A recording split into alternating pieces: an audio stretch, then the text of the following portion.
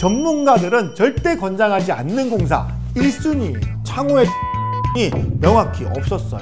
사실은 우리 집의 구조를 망치는 거죠. 다른 곳과 똑같은 높이로 하면 안 되는 거예요. 집이 웁니다. 난방 효율이 떨어질 수밖에 없는 이유가 바로 이겁니다. 이거 알면 완전 전문가 되는 겁니다. 오늘은 전문가들은 알고 있지만 인테리어 처음 하는 분들은 몰라서 못하는 게 많거든요. 그런 것 좀 알려주세요. 인테리어 상담하는 분들이 몰라서 얘기 못하는 것도 있고요. 알아도 견적이 비싸면 계약을 못할까 봐 얘기를 안 하는 것도 있어요. 게다가 잘못 알고 얘기하는 경우도 있다 보니까 디자이너나 우리 실장님 말만 믿고 시공을 했는데 하고 나서 집을 망쳐버리면 정말로 속상하죠. 근데 그중에서도 한 번 하고 나면 살면서 절대 못 바꾸는 거, 한 번 하면 평생 하는 그런 공사들이 있잖아요. 눈물 나는 거예요. 오늘은 100% 후회하는 기초 시공과 주의사항 딱 5가지만 얘기할게요. 이 영상 끝까지 보시면 절대 후회할 일 없습니다. 첫 번째는 단열재 재시공인데요. 이거 진짜 중요한데 자꾸 놓쳐요. 혹시 기존 단열재도 다시 하라는 건가요? 당연히 다시 해야죠. 이걸 몰라서 못해요. 이걸 왜 해야 되는지 모르는 사람이 태반이에요. 2000년도까지도 단열재 기준이 흰색 스티로폼 50mm 정도만 사용했었는데 지금 현장에서 사용하는 단열재 성능이랑은 차원이 이게 다르죠. 이게 지금과 얼마나 왜 다른지를 그걸 모르는 거예요. 지금 아파트 기준으로 보면은 20년 전에 지은 집은 30% 수준의 단열 성능도 안 되는 거예요. 이 그래프를 보면 딱 감이 오실 거예요. 열 관리율이라는 이 수치가 낮을수록 열이 새지 않는다는 그런 뜻이거든요. 가등급 단열재 두께 변화가 2001년도에 65mm에서 2018년도에 190mm로 이렇게 바뀌었으니까 우리 집에 열이 다시 시공되면은 20년 전보다 3배는 더 보존이 되는 거죠. 쉽게 말하면 예전 아파트는 얇은 점퍼 정도만 걸쳐 입는 거고 요즘 아파트는 오리틀 파카를 입고 있는 수준인 거예요.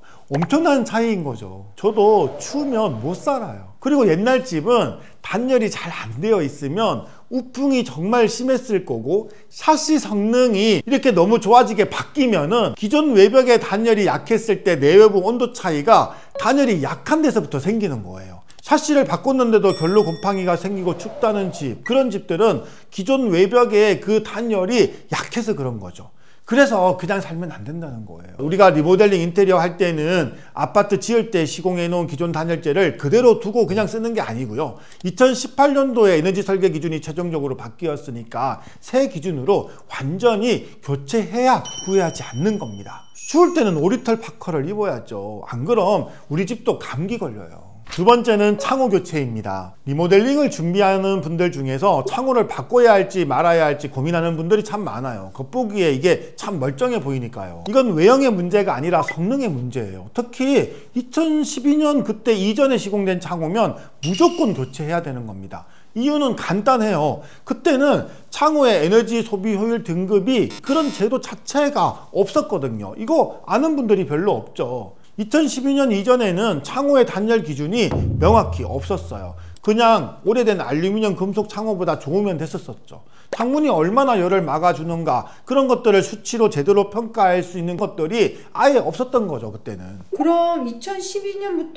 뭐가 바뀐 거예요? 2012년에는 창호 에너지 소비 효율 등급제가 도입이 됐고 창호도 냉장고나 세탁기처럼 1에서 5등급으로 등급이 나눠지게 된 거예요. 그때부터 창문에도 가전제품처럼 에너지 성적표 그 라벨이 붙여야 됐던 거죠. 그리고 2018년도부터는 이게 더 강화가 된 겁니다. 공동주택은 1등급 창호가 아니면 이제 사용이 안 돼요. 이게 완전 의무화 됐거든요. 지금 새로 짓는 아파트는 무조건 1등급 창호를 써야 됩니다. 그리고 1등급 창호는 노유리가 기본이 시공이 돼야 되고요. 그럼 지금 내 집 창호가 2018년도 이전 제품이면 1등급이 아닐 확률이 높겠네요. 거의 그렇죠. 2018년도 이전에 시공된 창호는 대부분 2에서 4등급 수준이고요. 지금 평가한다면 완전 기준 미달인 거죠. 벽체 단열을 아무리 잘해도 창문에서 열이 새면 그 효과는 또 절반으로 뚝 떨어지잖아요. 앞으로 10년, 20년을 생각한다면 눈에는 멀쩡해 보여도 오래된 구형창은 바꿔야 후회되지 않는 겁니다. 요즘 냉장고나 세탁기 1등급 아니면 안 쓰잖아요. 하루 종일 밖에 맞닿아 있는 그 창문이 1등급이 아니면 그건 냉장고 문을 살짝 열어둔 채로 그냥 돈을 낭비하는 거랑 똑같은 거죠. 세 번째는 확장공사입니다. 정확히 얘기하면은 기존에 확장된 것을 다시 확장하는 재공사인 거죠. 확장 이거 잘못하면 평생 후회할 거예요. 근데 이미 확장되어 있는 아파트도 확장 재공사를 해야 하나요? 그게 바로 많은 분들이 헷갈리는 부분이죠. 이미 확장이 되어 있으니까 괜찮겠지 하고 넘어가는데 그 확장이 어떻게 시공했느냐, 그게 핵심인 거예요. 겉보기에 상태가 좋으면 그걸 다시 시공해야 될지 그게 정말 헷갈리거든요. 확장공사를 건설사가 직접 시공하지 않았던 2007년도 그 이전의 확장공사는 100% 다시 해야 돼요. 그 이후에 우리가 시공된 것들, 이런 것들도 일반 인테리어 시공에서 한 것들은 단열이나 이 난방 시공 자체가 너무 부족하게 시공된 게 너무 많아요. 특히 난방 배관 이 하부층 바닥에 축열되는 단열재, 이런 것들이 거의 없거나 너무 약하게 시공되어 있고, 또 창호 외부에는 하부 쪽에 이렇게 감아 올려놓은 단열재가 없어가지고 코너 쪽에 열교로 인한 단열 누수가 엄청 생기거든요. 난방을 아무리 돌려도 코너 쪽은 바닥이 엄청 차갑고요, 심하면 결로 곰팡이에 이 마루가 썩기 시작하는 겁니다. 혹시 확장된 곳에 우수관이 있어서 목공박스로 싸놓았는데 거기에도 곰팡이가 생기나요? 우수관은 우수, 그 비로 인한 옥상에 있는 바닥물을 배수하는 배관이잖아요. 이 배관이 옥상 외부로 이렇게 연결되어 있거든요. 당연히 확장하면서 이 배관에는 보온을 하고 목공박스를 해야 되는데 그렇게 안 하니까 결로 곰팡이가 당연히 생기죠. 혹시 겉보기에 멀쩡해 보여도요, 이 목공박스 뜯어보면은 그 안에 시커먼 그 곰팡이가 엄청 많아요. 그리고 또 우리 집에 이 배관 아래쪽에 물이 역류하는 경우도 있어요. 무조건 이 우수 배관 하부에는 배관을 직결로 연결하는 그런 공사를 꼭 해야 됩니다. 안 그럼 엄청 후회하는 일이 생길 거예요. 확장 공사는 비용이 문제가 아니에요. 디자인이 예뻐봐야 소용이 없는 겁니다. 팁을 하나 더 드리자면은 확장 공사하는 각 공사 그 과정마다 사진을 꼭 찍어서 확보를 해 놓으시고요. 네 번째는 홈파기 난방 공사예요. 요즘 아파트 리모델링 할 때 홈파기 공사 많이 하잖아요. 그거 하면 싸고 좋지 않아요? 그게 바로 문제예요. 홈파기 난방공사가 겉보기에는 엄청 좋아 보이는지 몰라도 사실은 우리 집의 구조를 망치는 거죠. 쉽게 말하면은 집의 혈관을 건드리는 시술인데 그걸 대충 파서 집어넣으면 평생 후회하는 겁니다. 홈파기 공사는 기존 방바닥에 홈을 이렇게 파가지고 그 안에 난방 배관을 매립하고 메꾸는 방식으로 이렇게 시공을 하는데, 정말 공사가 급하거나 우리가 혹시 살면서 해야 되는 게 아니라면, 특별한 어떤 이유가 있지 않으면 하지 마세요. 아파트 이 집의 기본 구조를 이해하고 한다면은 전문가들은 절대 권장하지 않는 공사 1순위예요. 우선 난방 효율이 상대적으로 떨어져요. 일반적인 난방 배관은 골뱅이 방식으로 난방 배관을 바닥에 시공을 해요. 전체 이 바닥의 난방수가 고르게 이렇게 펼쳐질 수 있도록 하는 거죠. 한데 홈파기 난방 시공은 이 특성상 일방향으로 시공을 할 수밖에 없어가지고 따뜻한 물이 들어가는 부분하고 나가는 부분에 바닥의 온도 차이가 생길 수밖에 없고요. 또 난방 배관 이 간격도 홈을 파서 넣다 보니까 좁은 간격으로 시공을 할 수가 없어요. 일반적인 난방 배관은 20cm 간격으로 우리가 기본 시공을 하는데 홈파기 난방 배관은 거의 30cm, 40cm 정도 되니까 똑같이 난방 보일러를 돌려도 우리 집에 따뜻한 물이 깔리는 그 난방열이 상대적으로 부족할 수밖에 없는 거죠. 난방 효율이 떨어질 수밖에 없는 이유가 바로 이겁니다. 게다가 바닥 시멘트 위에 난방 배관을 그냥 하다 보니까 이 난방열의 추결이 제대로 되지 않고 금방 식어버리는 거예요. 전체 바닥 난방을 할 때는 기존 바닥 난방을 다 제거를 하고 철거한 다음에 시공을 하기 때문에 기포 콘크리트나 또 단열재를 바닥 추결청으로 제대로 다시 만들어 놓고 그 위에다가 난방 배관을 다시 하는 건데,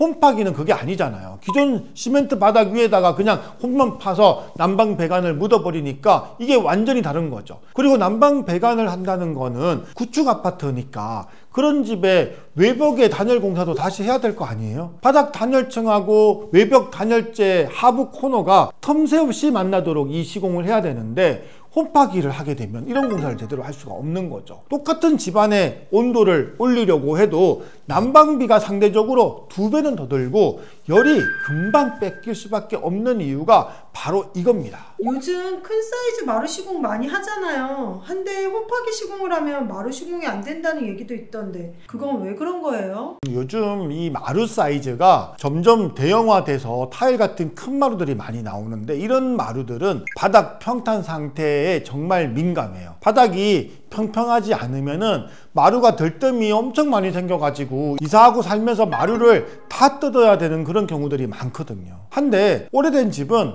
바닥 평면이 그렇게 좋지가 않습니다.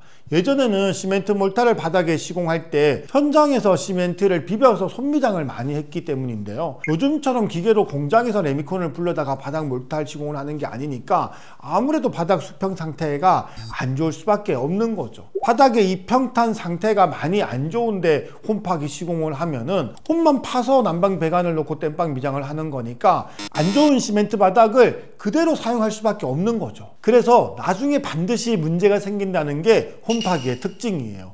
싸게 한다고 좋은 게 아니에요. 집이 웁니다. 다섯 번째는 화장실 방수 공사입니다. 대충 하다가는 진짜 크게 당합니다. 화장실 방수를 하려면 타일은 전부 철거해야 하는 거예요? 당연하죠. 타일을 전부 철거를 해야 되죠. 한 15년 넘은 화장실은 가급적이면 타일까지 완전히 전부 철거하고 화장실 방수 공사를 다시 하는 게 좋아요. 아파트 외벽에 보시면은 크랙이 정말 많죠. 콘크리트는 그렇게 평생 이게 생기는데 눈에 안 보이는 화장실 벽체 그 안쪽에 거기도 크랙이 엄청 생길 거 아니에요. 방수 설비 공사 이거 제대로 다시 해놓고 인테리어를 해야 또 10년, 20년을 버티겠죠. 그럼 화장실 방수할 때 제일 중요한 것들만 진짜 전문가들만 아는 그런 지식 좀 알려줄 수 있어요? 그건 정말 중요한 거니까 디테일 지식을 그럼 알려드릴게요. 이거 끝까지 잘 들으셔야 돼요. 이거 알면 완전 전문가 되는 겁니다. 시멘트 방수를 하는데 2차 방수니 3차 방수니 뭐 우리는 심지어 5차, 6차, 7차 방수도 한다 뭐 이런 얘기 하시는 분들 있죠. 숫자만 높게 붙여서 부르니까 뭐 소비자들은 또 좋아할지 모르겠지만 방수하는 그 방식 시공 순서를 잘 몰라서 하는 소리 같아요. 우선 방수 공사라고 하면은 보통 시멘트 액체 방수, 도막 방수, 시트 방수로 우리가 구분해서 얘기를 하는데, 화장실은 주로 시멘트 액체 방수 그리고 도막 방수를 많이 시공을 하죠.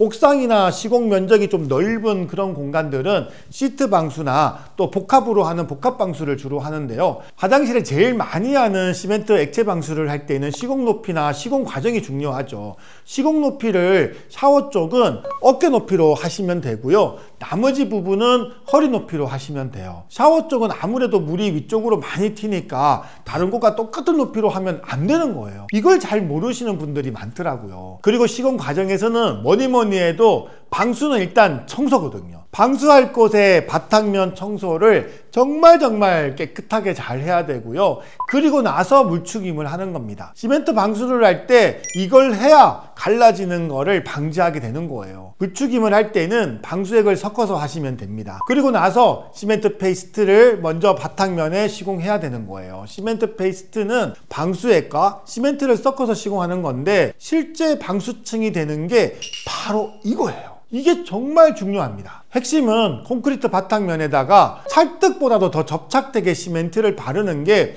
바로 시멘트 액체 방수인 겁니다. 쫀득쫀득하게 이 시멘트 페이스트를 방수액하고 섞어서 그걸 바닥면에 고르게 펴 발라야 하는 거죠. 그리고 나서 그 위에다가 보호 몰탈층을 시공하는 거, 여기까지가 이 시공 과정이 1차 시공 과정인 거예요.